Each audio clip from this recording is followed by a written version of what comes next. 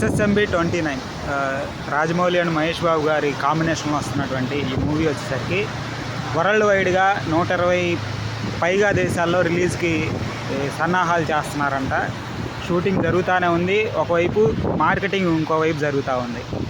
అంతేకాకుండా హాలీవుడ్ సినిమాలు కూడా మహా అయితే ఒక 70-80 దేశాల్లో రిలీజ్ కావడం గగనం. అలాంటిది ఎస్ఎస్ఎంబి 29 సినిమా వచ్చేసరికి 120, ఇంకా చెప్పాలంటే 129 దేశాల్లో రిలీజ్ అవుతుంది అనేది టాక్. 129 అయ్యి ఉండొచ్చు. 100కు పైగా లాంగ్వేజ్ని టచ్ చేయొచ్చు అంట. డబ్బింగ్ అయ్యి ఉండొచ్చు, ఏదైనా అయ్యి ఉండొచ్చు. అంతేకాకుండా 1000 నుంచి 2000 crores మధ్యలో బడ్జెట్ ఉండిద్ది అంట. అంతేకాకుండా ఈ సినిమా యొక్క టార్గెట్ కలెక్షన్స్ వచ్చి 10,000 crores అంట. 10,000 అని పెట్టుకుంటున్నారు.